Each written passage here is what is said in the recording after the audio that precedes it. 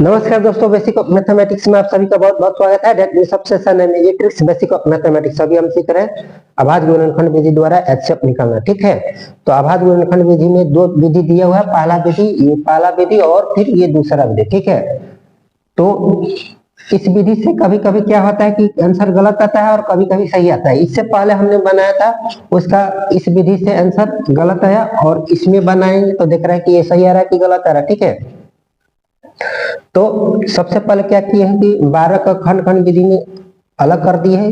12 को 2 से किए तो 6, फिर 6 को 2 से किए तो 3 और फिर 3 को 2 से किए, इस तरह से कर दिए। फिर 36 को भी उसी तरह से 2 से किए तो 18, फिर 8 2 से किए तो 9 और फिर 9 को 3 से किए तो 3 और एक बार में, इसको भी इस तरह से किए कर दिए हैं। ठीक है, 2 से किए तो 42 का आधा 21 और 3 के पहाड़ा में 21 7 बार में आता है, यहाँ 7 और 7 के पहाड़ा में 7 एक बार में किए।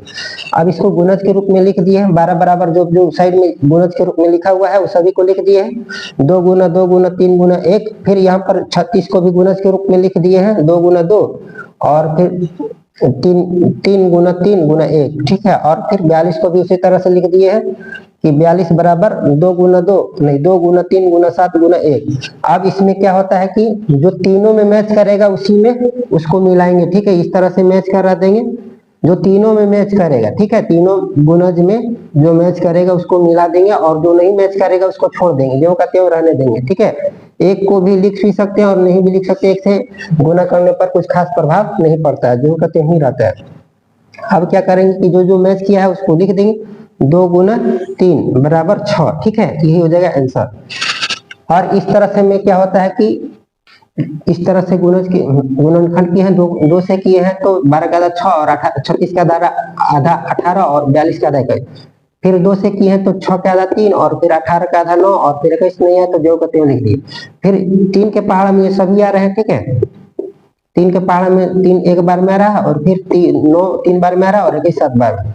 आप क्या लिखे कि 12 36 और 42 का एचसीएफ जो गुणज के रूप में लिखे सभी को यहाँ पर लिख दिया है। और इसमें क्या होता है कि जोड़ा मिलाना रहता है, तो यहाँ पर एक 2 है और यहाँ पर भी 2 है, यानी एक जोड़ा, फिर यहाँ पर 3 है और यहाँ पर 3 है, यानी 2 ही जोड़ा मिला, यानी 2 को इस तरह से लिख दिया। इसमें कुछ परिवर्तन नहीं किया, बस जो जोड़ा मिला है उसको पहले लिख दिए हैं।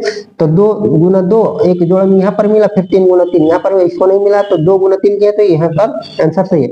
यहाँ पर भी 6 आ गया और यहाँ पर भी 6 आ गया। ठीक है, यही आंसर हो जाएगा। ठीक है, और इससे पहले जो बनाए थे उसमें क्या था कि उसका आंसर इस विधि से आया ही नहीं था। ठीक है, तो इसमें क्या है कि 6 का यहाँ पर 12 6 और 42 12 36 और 42 ऐसा सबसे बड़ा पहाड़ा चुनना है जो कि पढ़ने पर 12 भी आ जाए और 36 भी आ जाए और फिर 42 भी आ जाए।